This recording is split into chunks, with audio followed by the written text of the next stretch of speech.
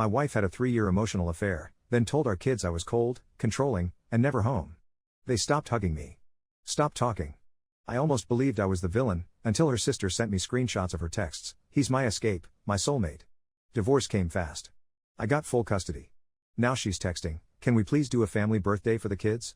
I replied, you made your family already. Go celebrate with him. And she's losing it. So my ex-wife Samantha texted me today asking if we could do a family birthday for our daughter Emmy's 8th birthday next week. Like we're some happy divorced couple who can just play house for the kids. The audacity made my blood boil, especially since she's the one who blew up our family in the first place. But I'm getting ahead of myself. Let me back up. 3 years ago, life was normal.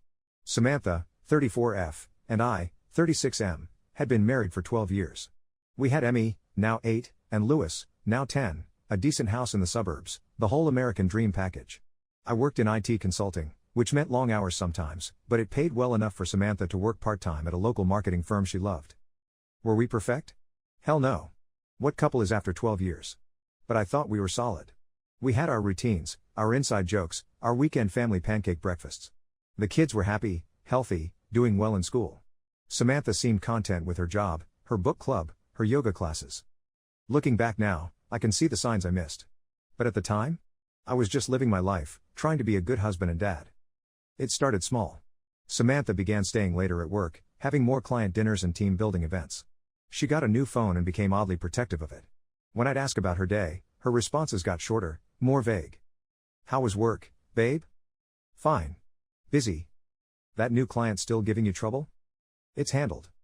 The conversations that used to flow easily between us dried up like a riverbed in drought. But I figured it was just a rough patch. Marriages have those, right?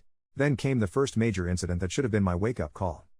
It was Lewis's 9th birthday party, about 2.5 years ago. I'd taken the day off, decorated the house, picked up the custom Spider-Man cake. Samantha was supposed to be home by 3 p.m. to help with the setup before kids arrived at 4. 3:30 came and went. 4 o'clock, and I'm greeting parents and kids at the door, making excuses.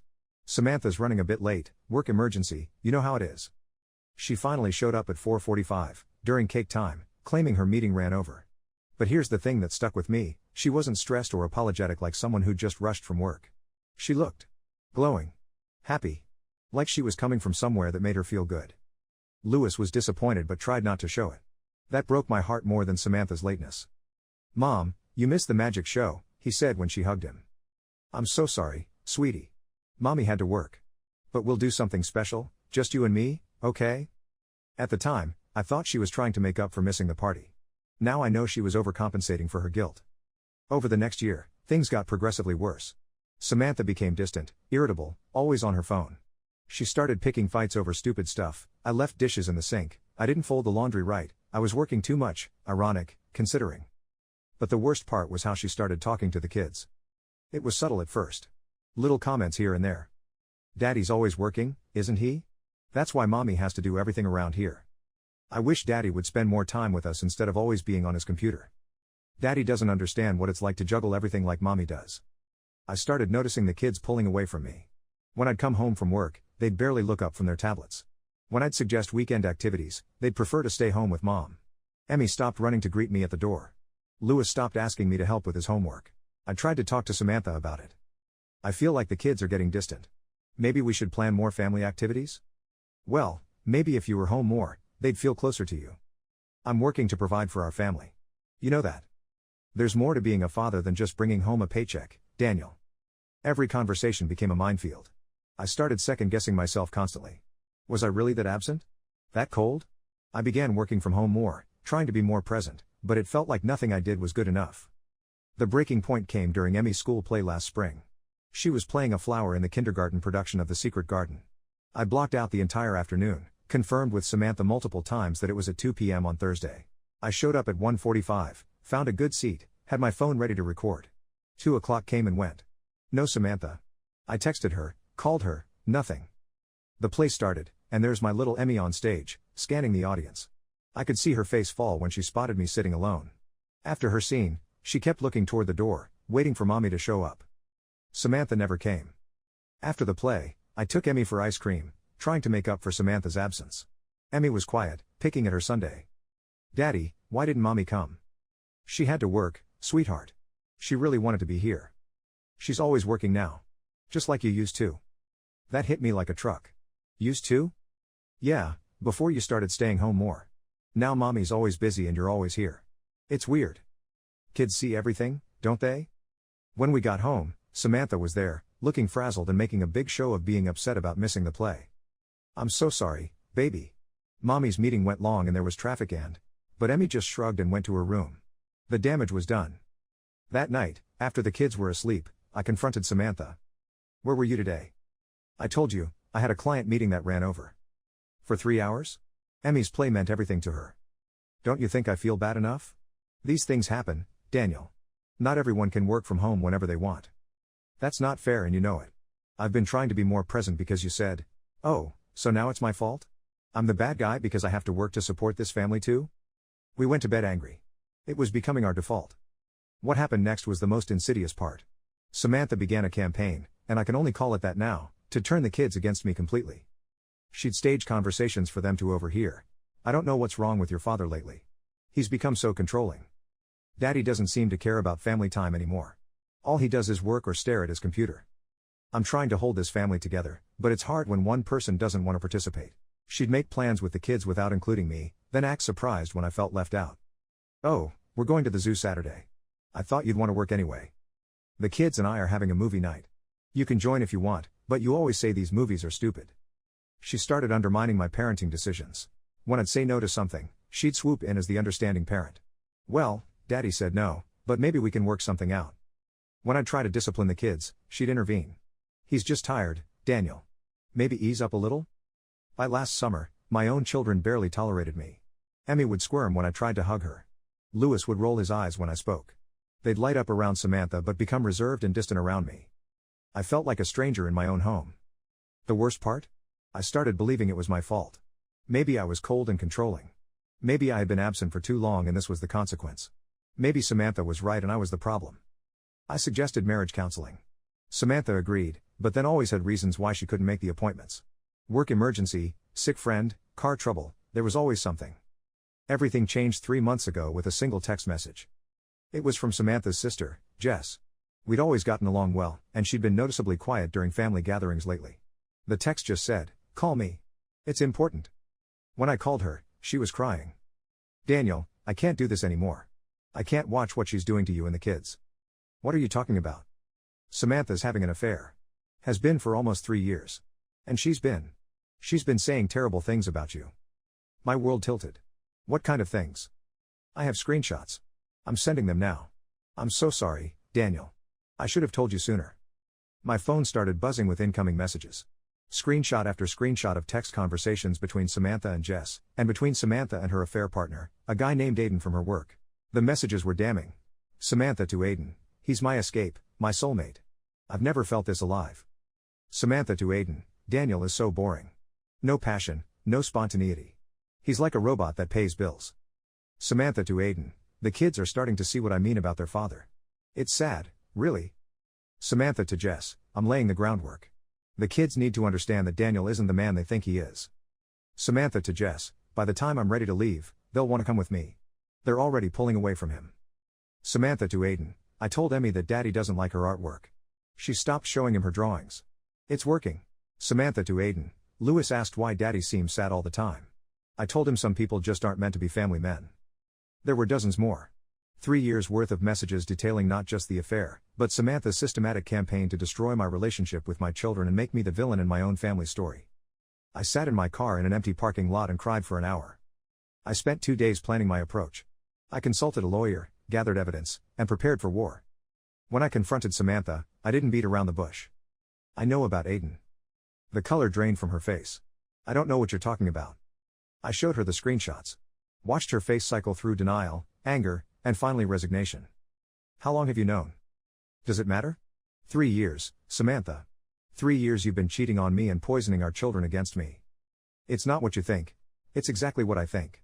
You've been having an emotional affair, probably physical too, and you've spent 3 years making me out to be the villain so when you finally left, the kids would want to go with you." She didn't deny it. Couldn't. "Daniel, our marriage was already over. We both know that. I found someone who understands me. Our marriage was over because you checked out. You stopped trying, started lying, and began this sick campaign against me with our own children. I never meant for it to go this far. Bullcrap. You told Emmy I didn't like her artwork. You told Lewis I didn't want to be a family man.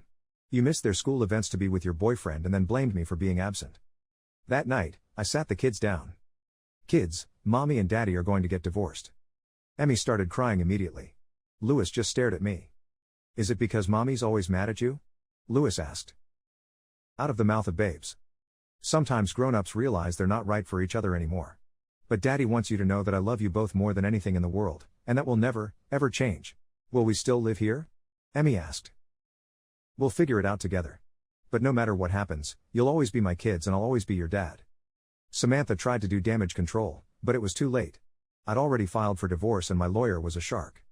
The divorce proceedings were brutal but swift. I had evidence of Samantha's affair, her manipulation of the children, and her campaign of parental alienation. My lawyer called it one of the clearest cases of emotional abuse and child manipulation he'd ever seen. Samantha's lawyer tried to paint me as the absent workaholic father, but the screenshots told a different story. Here was their own client admitting to deliberately turning the children against me, lying to them, and manipulating their emotions for her own gain. The custody evaluation was thorough. A child psychologist interviewed both kids separately, and what came out broke my heart and vindicated me at the same time. Emmy told the psychologist that she stopped showing me her drawings because Mommy said Daddy doesn't like them. But when asked, she couldn't remember me ever saying I didn't like her art. Lewis admitted that he started avoiding me because Mommy said Daddy was always grumpy and didn't want to play. But when pressed for examples of me being grumpy or refusing to play, he couldn't think of any. Both kids, when asked directly, said they loved both parents but were confused about Daddy. The psychologist's report was scathing towards Samantha. Terms like parental alienation, emotional manipulation, and detrimental to the children's well-being appeared throughout. I got full custody. Samantha got supervised visitation every other weekend and one evening per week. The judge's words still ring in my ears. Mrs. Patterson, your behavior toward your children and their father represents a serious breach of parental responsibility.